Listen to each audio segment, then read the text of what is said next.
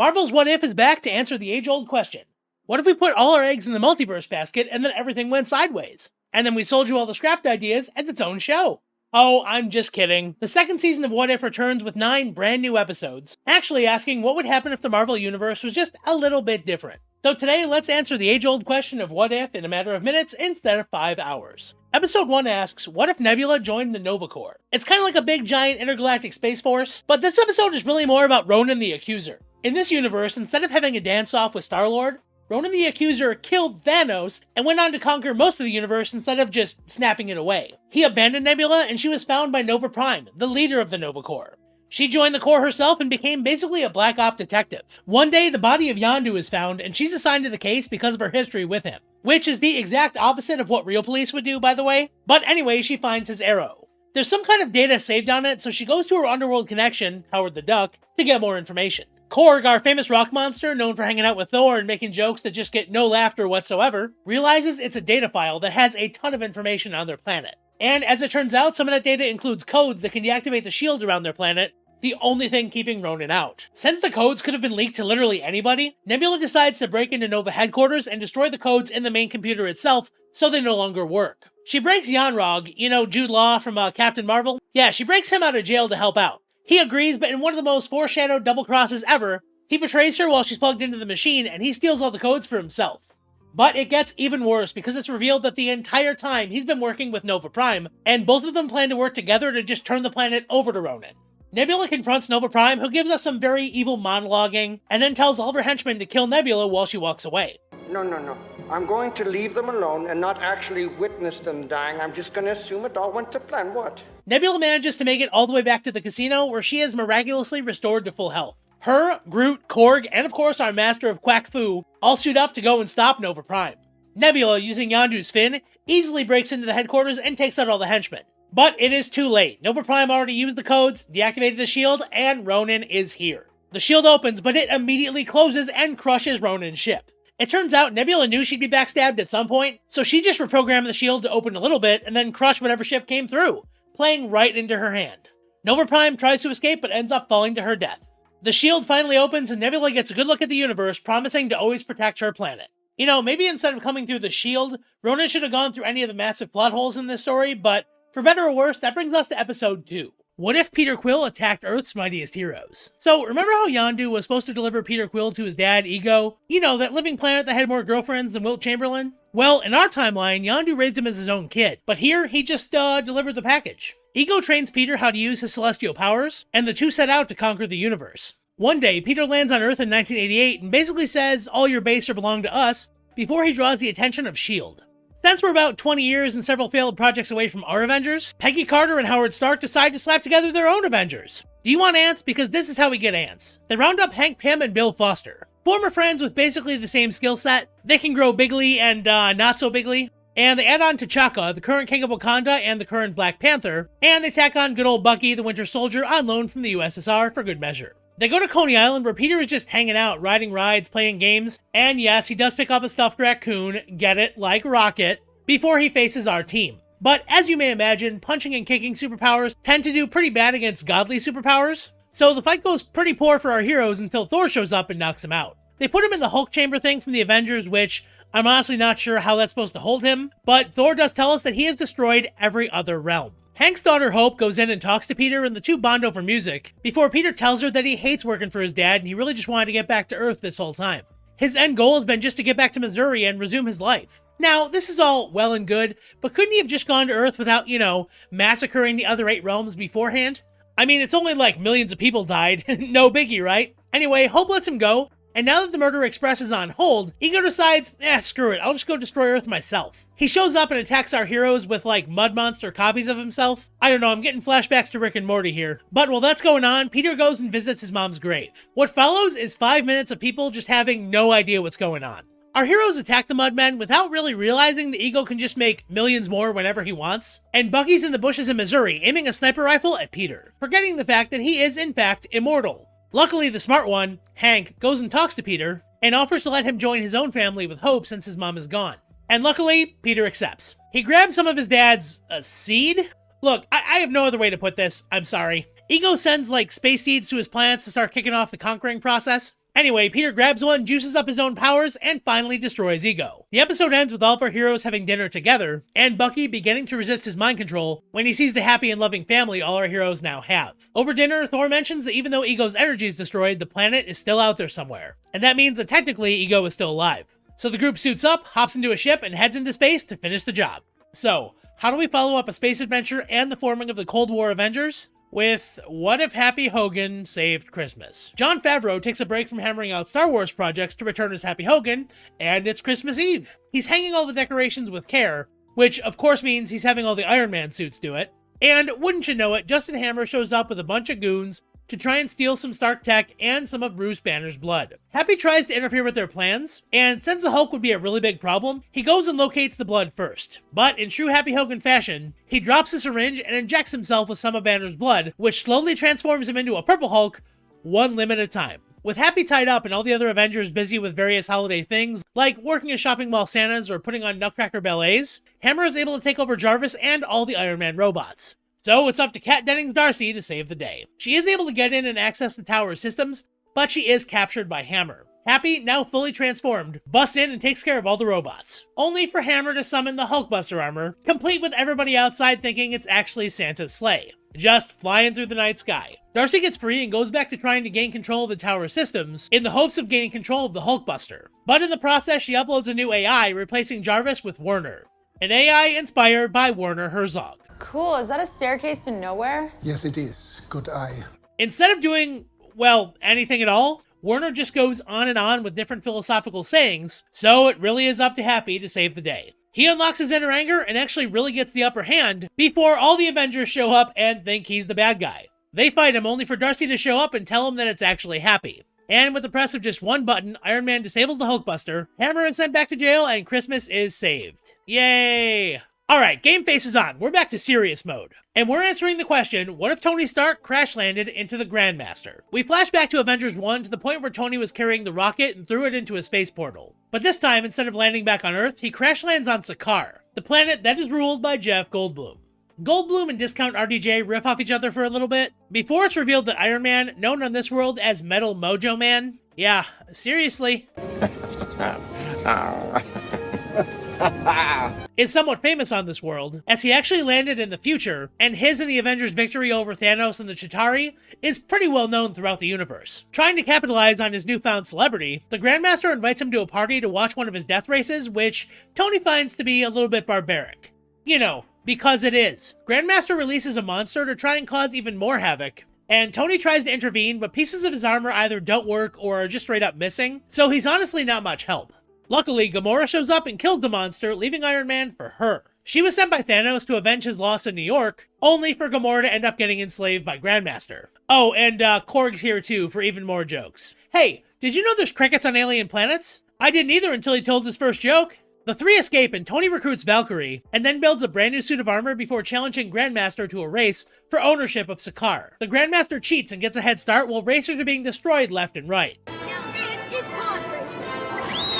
Also, one thing I wondered that's never made clear, what happens if neither Tony nor Grandmaster win this thing? Like, does some random person just become ruler? Anyway, through cheating and other random shenanigans, Grandmaster's about to win the race. But that's when Tony uses all the power of his arc reactor to speed up his car, letting him blast past Grandmaster and win the race. Grandmaster gets melted by one of his, melt weapons, and Tony appoints Valkyrie as ruler of Sakaar. Convinced by Tony to join the good guys, Gamora takes Tony over to Thanos, and Thanos ends up getting killed with the very same melt weapon that took out Jeff Goldblum. Yes, this episode was a lot of fun, but if Jeff Goldblum irks you, I'm glad you're watching this recap instead. Our next episode takes us a little closer to home with what if Captain Carter fought the Hydra Smasher? So, remember back in Season 1 where Captain Carter took the Super Soldier Serum instead of Steve Rogers and she effectively became Captain Britain? And then Steve Rogers instead kind of became like a proto-Iron Man to go face the Nazis? Oh, you didn't see that? Well, you're all caught up now. So, just like how Captain America got frozen and ended up in the modern day, Captain Carter ended up going through a wormhole and ended up in modern times as well. We catch up with her as she's trying to adapt to modern day life, but suddenly she gets a blast from the past. Her and Black Widow actually found Steve. He was presumed dead, but is actually found to be alive and intact thanks to his suit. The only problem is, in this reality, he's the Winter Soldier and has been brainwashed by the Red Room. Kind of like a brainwashing organization that makes super secret spies. They're actually the ones that trained Black Widow. I'll forgive you guys for not knowing that last detail because I really don't know if anybody actually saw the Black Widow movie. Carter goes and talks to Steve and actually reawakens his normal memory, but Steve, always being the hero that he is, offers to help her and Black Widow take down the Red Room. All three of them go to Russia and they're ambushed by a bunch of different drones and other Black Widow students. The battle gets really intense and Steve, in classic fashion, opts to sacrifice himself to save the other two. The leader of the Red Room is killed, but we don't really see what happens to Steve. Carter runs around desperately looking for him, but a portal opens up and she falls in. It turns out that a parallel version of the Scarlet Witch brought her into a Renaissance-themed reality. Now, we'll pick up with the story again in a little bit, but first we have to answer the question, what if Kahhori reshaped the world? Now, if you don't know who Kahhori is, don't worry, nobody does. She's actually a brand new character invented for What If. In this reality, after Surtur destroys Asgard in Ragnarok, good lord those words. But anyway, after Asgard went boom, the Tesseract is flung into space and lands on Earth in the Iroquois nation of Native Americans. The energy from the Tesseract transforms a lake nearby, with all the local people nearby believing that now it's actually the Fountain of Youth. But unfortunately, conquerors gotta conquer, and the Spanish conquistadors decide that they want it. During their invasion, they shoot a young girl. That's Kahhori, by the way, and she falls into the lake and ends up in yet another reality. Here, everybody and everything has been fused with the power of the Tesseract. All the Native Americans there have superpowers, and they're all immortal. They have abilities like super strength and super speed, and eventually Kahhori is transformed too. As she starts to learn about and practice her newfound abilities, those darn conquistadors decide they have to start conquering again, and they go into the lake and end up in the new reality too. Kahhori and all her new friends force them all back into their own world, and destroy all their boats and supplies, thereby protecting Kahhori's village. Kahhori later brokers peace between the Iroquois people and the Queen of Spain. And the day is saved. I do have to say though, this ending does have kind of a weird message. Everybody is very aware that Kahhori has like a lot of powers, and she could just like rip Spain apart whenever she wanted. So basically this piece is kind of brokered at gunpoint, but let's not nitpick. Anyway, the episode ends with Doctor Strange showing up and telling Kahhori that he's been looking for her. And now we have yet another story that's going to be continued later, because first we have to answer the question, what if Hela found the 10 rings? Alright, quick recap here. Hela is Thor's sister and is basically like the Queen of the Dead, and the 10 rings are the 10, well, rings that the Mandarin draws power from. And no, not this Mandarin, this Mandarin. You know, Shang-Chi's dad. Anyway, in this reality, Odin, you know, her dad, realizes that Hela is basically a bloodthirsty maniac, so instead of sealing her away underground or in a different dimension like most thin plots would, he sends her to Earth and strips her of her power source, her helmet. Now, I will say, of all the What If plotlines, this one is kind of the closest to, like, the main Marvel story, because this exact story happened with Thor in the first Thor movie. But instead of a party hat, it was Thor's hammer. She meets Wenwu, you know, the Mandarin, who's also the leader of the Ten Rings crime syndicate, and it turns out that he has the hots for her. Big time. She tells him all about being a bloodthirsty conqueror, and he's like, hey, I'm a bloodthirsty conqueror too! We have so much in common! Now, she goes along with all this, but it's really just a ploy for her to get her crown back. And she does indeed find it, but unfortunately, she's no longer worthy and can't pick it up. So she decides to make the best out of a bad situation and tries to steal the 10 rings. You know, the actual objects and not the gang. And again, she does fail. So then Hela's like, whatever, I'm too cool for school. And then she gets guided by one of those flying triple things to Talo, a magical kung fu land that is definitely not Kunlun, where she ends up meeting Shang-Chi's would-be mother. Through the magical power of fighting, she gets Hela to admit that the only reason she wants to conquer is because she's tired of being oppressed and controlled by Odin.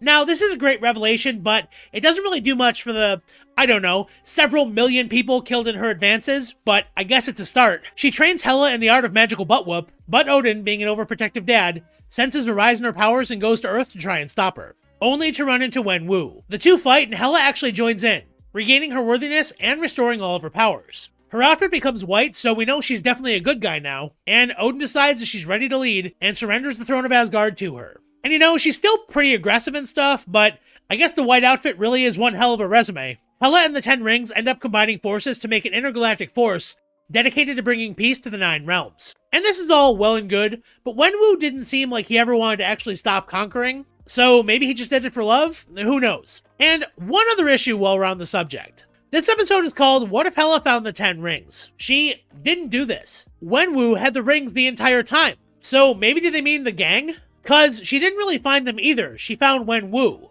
Maybe it's because her new group is called the 10 Rings still and she's the founder? Either way, it's just a very odd title. And with that, we finally get to continue our story from earlier, and we pick up with Captain Carter in Victorian times. We learn that somewhere in this universe is another time-displaced person, and their presence is causing a bunch of wormholes that randomly show up and just suck people in who are never heard from again. Captain Carter agrees to help, and when she's with the king, Thor, obviously, another wormhole shows up.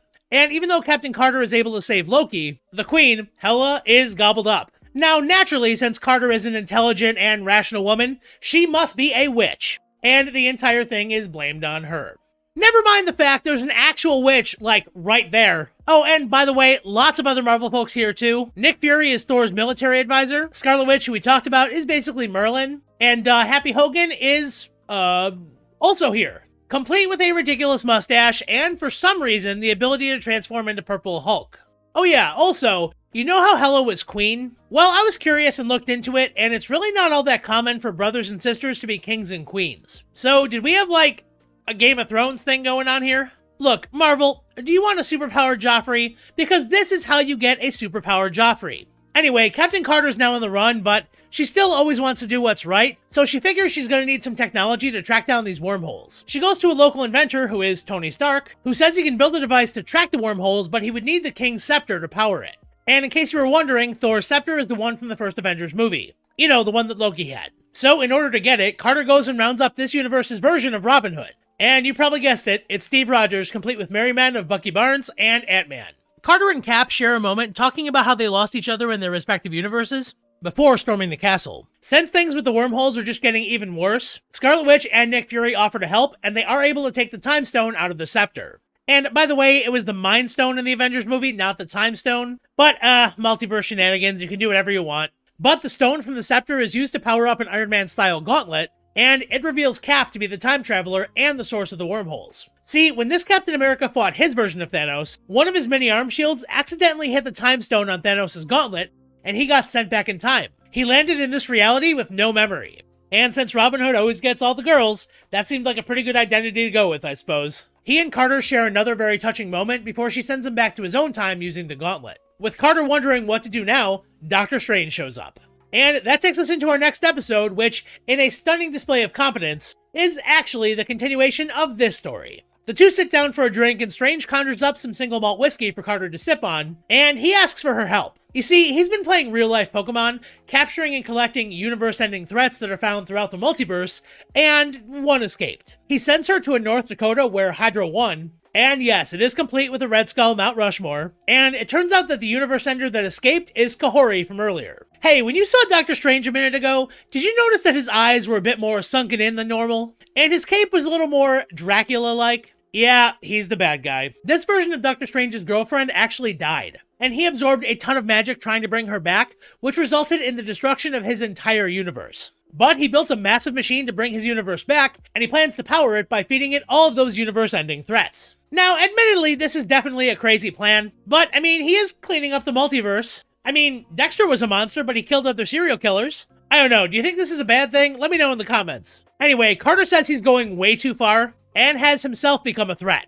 And to help deal with the situation, she releases a bunch of those world-ending monsters to help battle Strange. We get an absolute orgy of Easter eggs, including the dragon from Shang-Chi, a cyborg version of Rocket Raccoon, and some kind of Asgardian Hulk.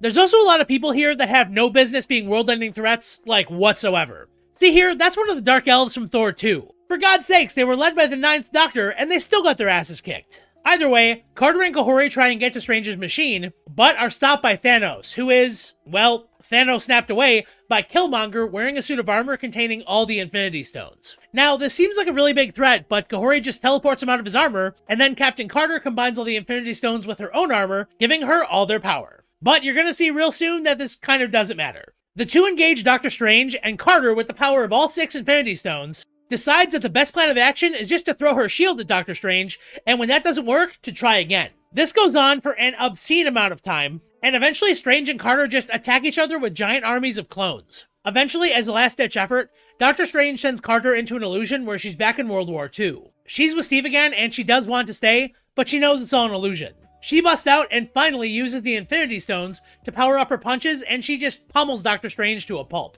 This causes him to morph into a demon form, and after more beatings is just separated from Doctor Strange.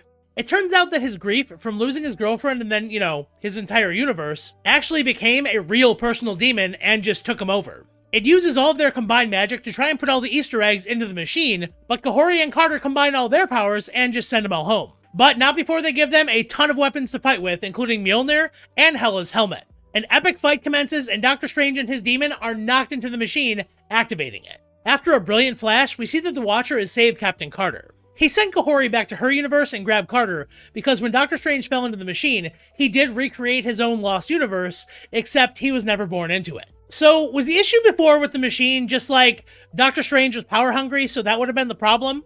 Because, like, his plan did work. His reality is back, as well as his girlfriend.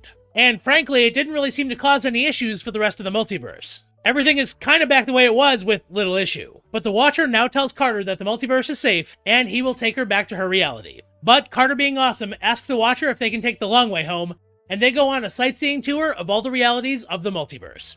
And that was What If Season 2. What did you think about it? Let me know down below. And of course, remember to like and subscribe if you want to see even more Fast Fan recaps. Until next time, I'll see you around. Bye-bye!